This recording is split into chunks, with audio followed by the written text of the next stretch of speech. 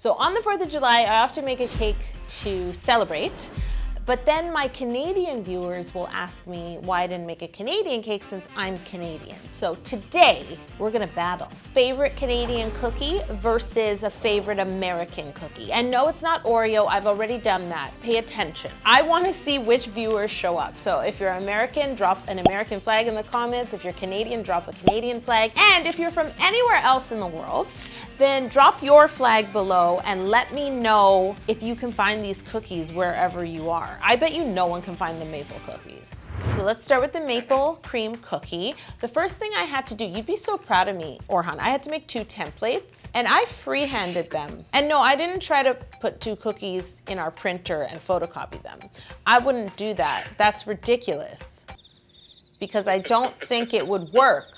Because it didn't. So I freehanded the templates. I need to create the top cookie, the bottom cookie, and then what is the middle of the cookie. So the first thing I did is I measured like an inch worth of cake and cut a beautiful straight slice of cake. I cut the cake in half, making sure the bottom measured an inch. Then I flipped that over and cut the caramelization off the bottom. Then I did the same thing to the second cake. So now I have 2 pieces of cake that are the exact same height. Those are gonna be the top and bottom cookie. But from the leftover really giant hump, I'm also gonna cut another slice of cake, a little thinner than the 2 I've just cut. And now what I need to do is shape all 3 of these cakes. So first, from the first 2 that are the exact same height, I'm going to lay my maple leaf template on and cut out the shape from both of them. Now I need to cut my template smaller, and I'm laying this on the 3rd piece of cake, which will be the center.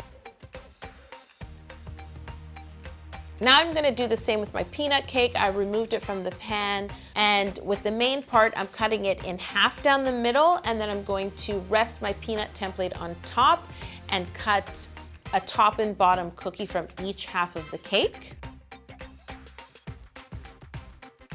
Now I'm gonna go back to my hump. I'm going to level it a bit, and then I'm gonna cut my template smaller. Again, same thing, about a ½ inch smaller all the way around.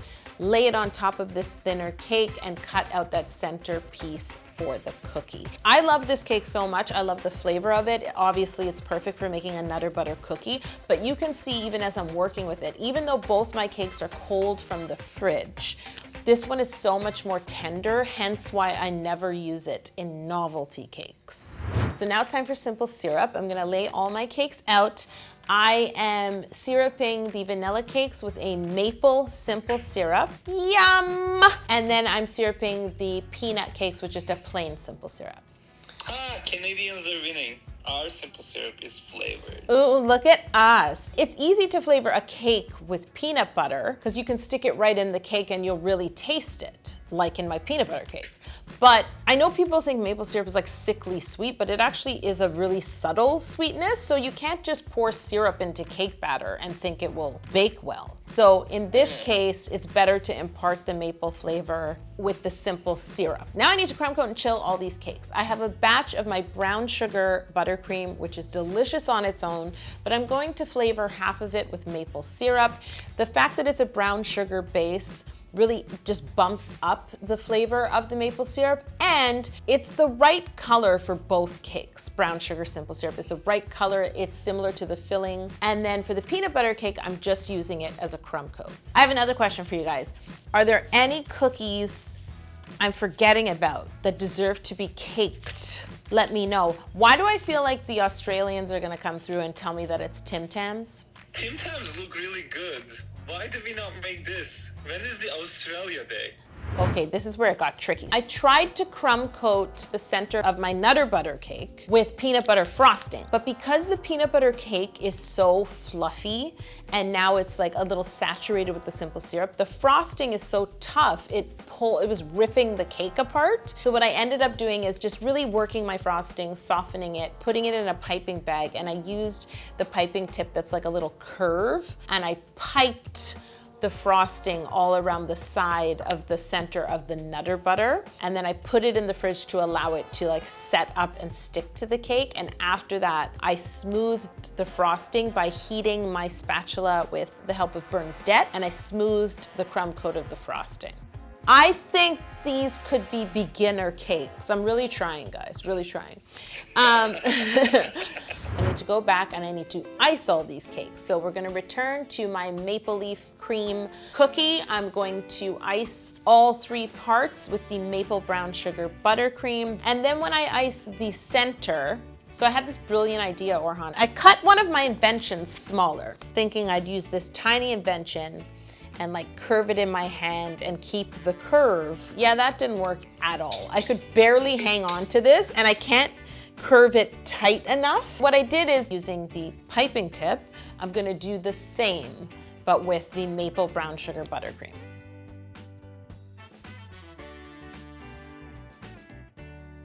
All my cakes are chilled, so what I have to do is create the pattern that is on the top of both these cookies. Let me show you, they both have a pattern. That's something they have in common. So who wore it better, or who's dressed better? Oh no, I broke a maple leaf! There's really fascinating footage of me coloring the buttercream for these 2 beige cookies. You won't wanna miss it. Okay, yes, so now what I have to do is clay extrude tubes of fondant to lay on top of the cake. And again, I freehanded. I started with the maple cookie. I used my knife to draw where the lines are, just sort of scrape them into the buttercream on top. And I laid it on top of all those lines, trimming it where it needed to be trimmed, making sure it's set in place. And now I'm gonna place this top cookie in the fridge. And then for the Nutter Butter, I did the same thing, clay extruding the darker beige. I drew out the pattern with a knife. I laid on all the pieces. And again, I wanna get this in the fridge to make sure it's nice and chilled so that all those fondant tubes don't move when I cover the cake. But I can cover the bottom cookie cake of each cake. So like usual, measure your cake, roll the fondant bigger than you need it, drape it over, and then for the bottom cookie cake, I can use a fondant smoother. And because of the little valleys on the sides of this cake, I am going to use a clean, dry paintbrush to help smooth the sides.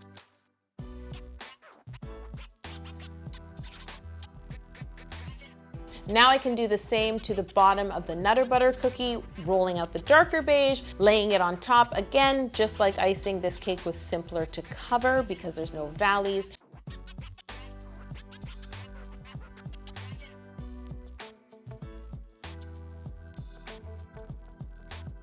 So now I've covered the 2 bottom cakes of each cookie. I'm going to go back and cover the 2 top cakes, starting with the maple leaf cream cookie cake. Oh, I forgot this tip. Before you lay your fondant on, use a small paintbrush and just brush the tops of those fondant cores with a little bit of water. I'm rolling out the lighter beige, nice and thin, draping it over those lines, those veins that I made on top, and then I'm gonna smooth it. I can't use a fondant smoother because I'll crush the top. So here is where a dry paintbrush comes in handy. You might wanna have different sizes. Guide the fondant in all the grooves and make sure that the veins of this leaf cookie are highlighted. We're gonna focus on doing that first, and then we're gonna smooth the sides, cut away the excess.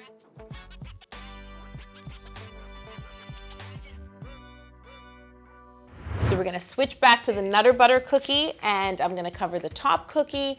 Same idea. This one is kind of like an imperfect grid pattern. So we're just gonna work on that, making sure we accentuate the lines because that's what makes it look like a Nutter Butter. And then smoothing the sides, cutting away the excess.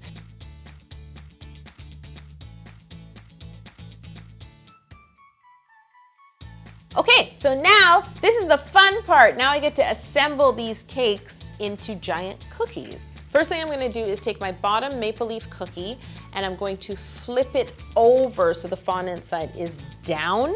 Now the top is just exposed vanilla cake.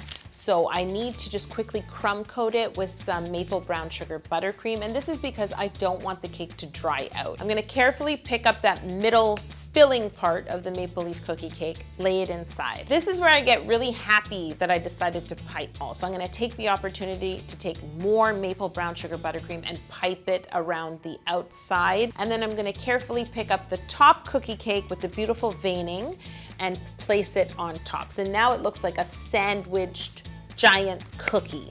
So now I'm gonna do the same for the Nutter Butter cookie. I'm gonna pick up that center peanut butter frosting cake and put it on top. This time I had the piping bag and tip ready and my frosting ready, but this time, this one was the right size. So I didn't need to add any. And then I just took the top cookie cake and laid it on top. And now I have 2 giant cookie cakes. The question is, which one do you want?